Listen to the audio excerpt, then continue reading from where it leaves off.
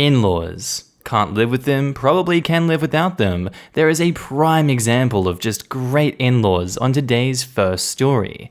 G'day there guys, it's your main man Markee, and welcome back to another episode of r/AmITheA. Now if you love today's bloody good content, I want you to sit back, relax, chuck a prawn to the Barbie, and get ready for it. It's gonna be good. Thank you. Am I the asshole for talking like a survivor, according to my in-laws? I, 34 female, went to Stuyvesant High School in New York City. For those who don't know, the school is in Lower Manhattan, just a few blocks from where the Twin Towers stood. Those of us who were in school that day saw everything on 9/11. I was 14, and it was truly the most horrific and traumatic thing that I've lived through. I heard the first plane and saw the second plane crash. I saw the people jumping from the buildings. That's what really gives me nightmares to this day. I smelled the smoke. I heard the roar as the buildings came down. I and many of my former classmates still suffer health problems from having been in the area, and from likely having returned to the school building before it was really safe to do so. As you can imagine, with the 20th anniversary approaching, I've had a lot of, feelings. I now live in a suburb of NYC, and was invited to speak at a local commemoration ceremony tomorrow. I've also been sharing my thoughts on social media.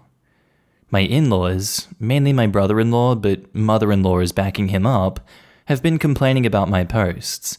They say I shouldn't talk like a survivor because I wasn't actually in either of the buildings, and that I'm making it about myself, and taking away from actual survivors, and also that it's just over the top. I will grant that maybe it is a little over the top, but I still suffer both physically and mentally to this day. I was deeply impacted and forever changed, as were my classmates. You can't witness something like that and not be. I wasn't in the actual buildings, but I was right there and I saw it all. But I don't know. Maybe I can't and shouldn't consider myself a survivor. Maybe I should tone it down. My husband says I'm right, but that I know how his family is. They get very uncomfortable from emotional stuff, and I should be more mindful of my posts. So, am I the asshole for talking about my 9/11 experience as I think a survivor? OP has offered the following explanation for why they think they might be the asshole. I may be the asshole because it's not like I was actually in the buildings, and I was in less danger than the people who were, though we still ran to get away from the collapse. Maybe I'm not technically a survivor, and maybe I'm too raw on social media. I feel like this is too sensitive a subject for them to be brushing off like that. I don't know how old these in-laws are, but for them to be attacking you like that is really just unacceptable for a situation like this, especially on the 20th anniversary of such an event. If they want to have those thoughts, they really need to keep it to themselves. It is absolutely not their place to be saying any of this. They're the assholes for what they've said to you, absolutely. I'm gonna say not the asshole OP. Now in the comments, Efferentious Lawyer says, "First of all, anyone in Manhattan that day is a survivor, full stop. My cousins who were on Wall Street and running, and later walking north to get to a bridge to walk out of New York City? Survivors. My sister who worked in Midtown who also walked north and west into Brooklyn that day? Survivor. My friend who huddled with other folks, 10 deep in one guy's one-bedroom apartment on 71st and 2nd Avenue? Survivors. My friend whose father was a PA cop who ran into the towers to help save lives and never came out again. He's a survivor too, and so is his family. And everyone else I don't know who was terrified beyond belief, who helped others, who did what needed doing.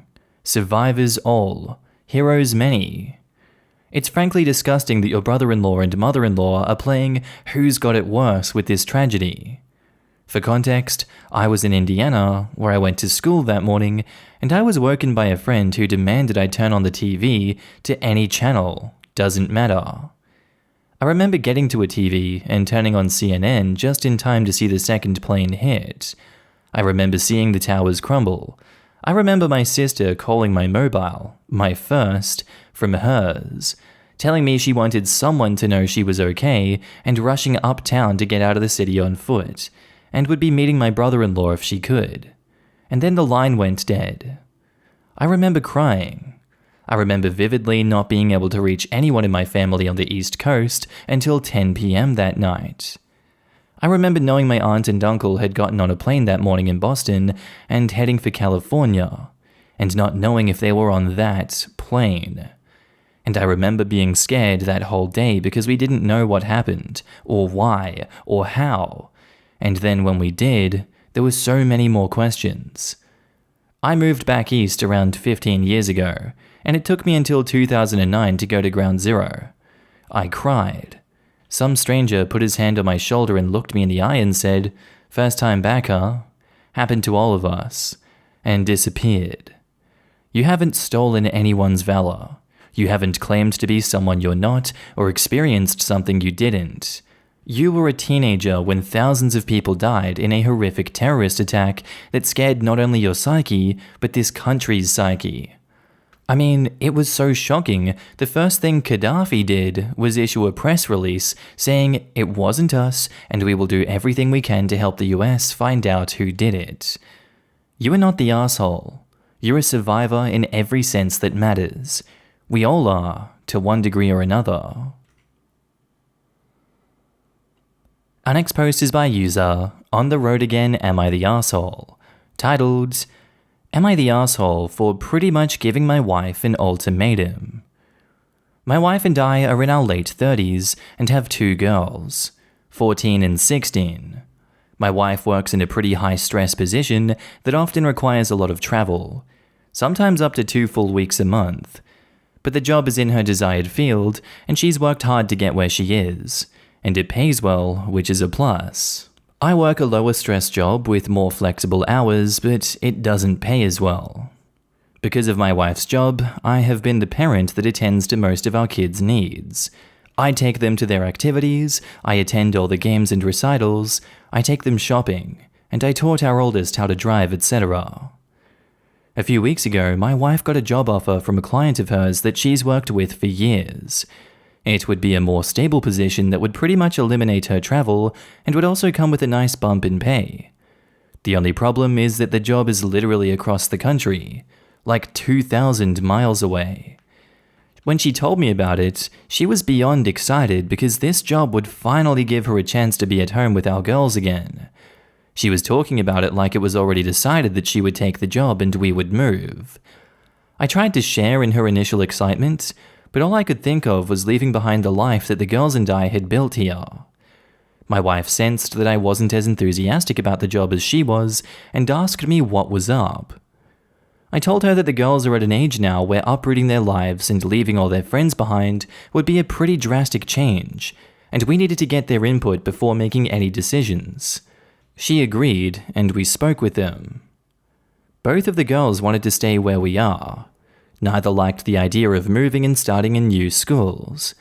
They like their friends, they like their schools, they like their sports and activities here. My wife got upset and tried to convince them how much better it would be for her to have a job that actually allowed her to be present in their lives again.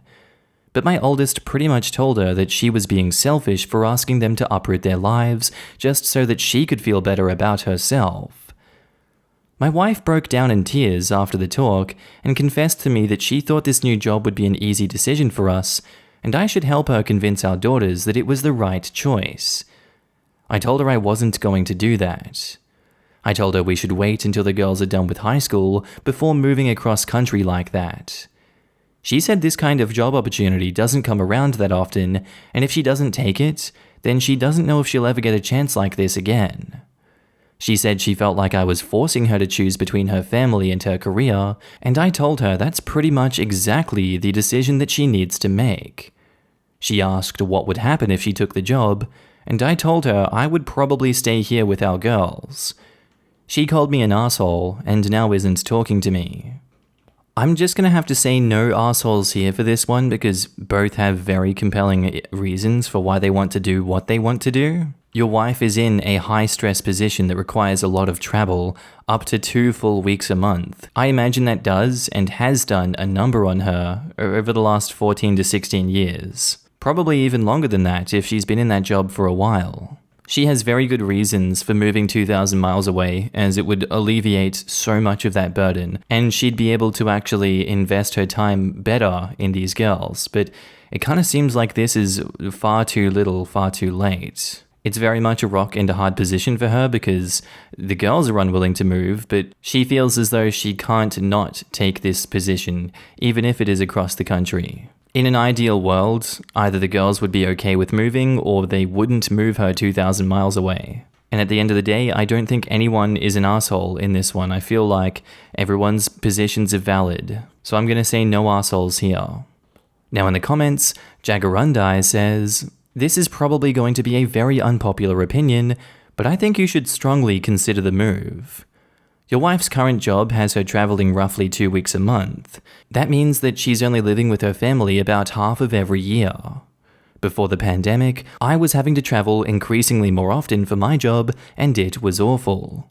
It's stressful, extremely tiring, and really bad for your health as your sleep schedule is erratic. You can't plan healthy meals or work out. Frankly, as your wife gets older, this job is going to be unsustainable. And the older she gets, the harder it is going to be for her to find a new job. She's not horrible or selfish for wanting to be able to live with her family more than half the year, plus get a raise. Moving is hard, especially for the 16-year-old, and it's not a decision to be made lightly. But you should at least try to understand your wife's perspective. You and your girls have basically told her that you don't care that you only see her 180 days out of the year, that seeing your social circle is more important to you than seeing her. Whether you meant to or not, you have communicated to her quite clearly that she is unimportant to your lives." And OP replies, "To be fair, that's the life my daughters have known for the better part of a decade. It's hard for kids to understand what life could be like outside of their own experiences, and my wife being gone often is the only life my daughters have ever known. My wife and I have had numerous talks about her taking a job that would allow her to be home more, and she decided against it every single time until now. I supported and encouraged her to take less pay, but she didn't want to give up the career progress that she made. And now, I feel it's too late to uproot our daughters' lives and move them across the country." It sounds like your wife works in a specialized field, in which case, job opportunities are generally far and few between, and taking a step down is often career suicide. She's also been the primary breadwinner, while you worked a low-paying, low-stress job. Even if she could find a local job that was a step down, are you going to step up and replace her as the primary breadwinner? I had hoped that this was just a case of miscommunication, and that you hadn't thought about how your response might be perceived as indicating that you didn't value her as a part of the family. Unfortunately, based on your replies, it seems that it wasn't a miscommunication at all. You genuinely don't care if she's a bigger part of your life, which is honestly kind of heartbreaking. It sounds like he feels that she's valued her career over their family all along, and this is just more of the same. Look, you're the asshole. Your kids are still young, and trust me, they will get over it. What would you rather have? A good family dynamic with a present mother, and the kids have a cranky period because they're teenagers, and that's just what they do? Or an incredibly tragic dynamic because their mother is never home? No kid wants to move, ever. Then you get everyone in the car and you pull up to the new house, and the kids run in to see everything and pick their new rooms, and look at the backyard where the dog can run around and the basement they can hang out in, and suddenly it's not so bad. The first day of school is hard, but they'll slowly make new friends. They'll still have their old friends. If these last 2 years have shown us anything, it's how to stay close when far apart. Your oldest called your wife selfish. Your wife is anything but selfish. She's sacrificed a decade of spending weekends with her children, a decade of making them lunches in the morning and picking them up from practice and going to their games, all to give you a comfortable life. You say you can take the pay cut, but can you really? Will your kids be okay if they can't do as many extracurriculars, or go on as many vacations, or have as many nice things? How about when they inevitably need help with college? Because that full ride you're banking on, if they even get it, and it's a common folly for parents to think their child will get a full ride scholarship, straight A's isn't enough anymore. It's genuinely a lottery. Half the people in universities had straight A's in high school. I had a 4.5 GPA and perfect ACT score, and I only got a half tuition scholarship, and that was almost 10 years ago. Things are far more competitive now. Isn't going to pay for rent and extracurriculars and living expenses. I seriously doubt your family will actually be happy and comfortable with the pay cut. What you all have done is told your wife that you don't care if she's present or not. You're fine without her being there. She can have her career, but she can't have the family she's working so hard to give an incredible life to. All of those incredible memories you have with your children, she is missing because she's busy working to send you home a check. If I'm being fully honest, you need to make this move. If you don't, one of two things will happen. 1, she continues to not be home and her relationship with her children grows even more cold and distant than it already is, or 2, she takes a pay cut and they resent her because they don't have as much money now. If you aren't willing to deal with a couple of weeks of your kids being cranky and upset to repair your family, you are setting your family up for failure. And STL says, no assholes here. You and your wife have separate opinions on an issue. She's not an asshole for wanting the job, and you're not an asshole for not wanting her to take it. Our next post is by user GreedyGF94 Throwaway, titled, Am I the asshole for telling my girlfriend that she got too greedy with and took advantage of my offer to treat her to a night out? I, 28 male, have been dating my girlfriend, 29 female, for about 8 months. Very recently, she received a major promotion from her work. This was highly competitive and she didn't expect to get it, and she was naturally very excited when she got it. When she came over and told me about it, I told her, that is so awesome. I'm taking you out tonight to celebrate. My treat. We first went out to a casual but sort of nice and sort of expensive local seafood restaurant to eat. She not only ordered just about the most expensive thing on the menu, but also a really expensive dessert. Okay, fine, no problem. I kind of feel as if most people would have been a bit more modest, but whatever. However, after dinner, we went out to a bar to have a drink. We were gonna just have 1 or 2 and then go home, but her friends ended up showing up and it turned into a bit of a party. She ordered her friends several rounds of expensive shots. The particular they were doing included Crown Royal, which was about $40 per round. The night left me broke and I had to put my groceries and bills for the next couple of weeks on a credit card. I didn't say anything to her that night because she was in a great mood, and I didn't want to kill her buzz, but the next day I did mention to her how I thought that she got a little carried away and shouldn't have spent so much of my money. After a little bit of back and forth, it turned into a big fight, wherein she ended up throwing literal cash at me to pay me back. I told her that I didn't want her money, just that I didn't appreciate being taken advantage of. I know that I offered to treat her to a night out on me, but I think most people would hold themselves back a little under those circumstances than she did. Am I off in thinking that? Yeah, I don't think you're off in thinking that. I think when she started buying rounds of drinks for her friends, that was an asshole move. The expectation was that you were going out to dinner and then maybe a drink or 2, and that's a reasonable amount of money to spend, but multiple rounds of shots is not a reasonable amount of money, that it far exceeds that. I believe that yes, she did take advantage of you in this situation, and she hasn't apologized for it. That makes her an asshole, and she continues to be one. Throwing money at you won't fix this situation. Not the asshole OP. Now in the comments, Senderslayer says, not the asshole, holy crap. Who buys rounds for friends with someone else's money? The friends are huge assholes in this scenario. Sure, they don't expect the person they're celebrating to pay, but why the F are they not paying for their own drinks? They are the freeloading assholes here. To be fair, if they don't know the situation, they're not necessarily going to know to ask the question. When you do rounds, everyone pays in turns. They were freeloading. What? If I'm that girl's friend and she says she's getting everyone drinks, you think I'm gonna ask who's paying? Not the asshole. You offered to treat her and not her friends. She definitely took advantage of the situation and is embarrassed that she got cold on it. I hope it's embarrassment she's feeling. Not sure if it's that or entitlement. I'm pretty sure the cash was a play. She knew he wouldn't take it, and she will use it to try and make this go away. But I offered to pay you.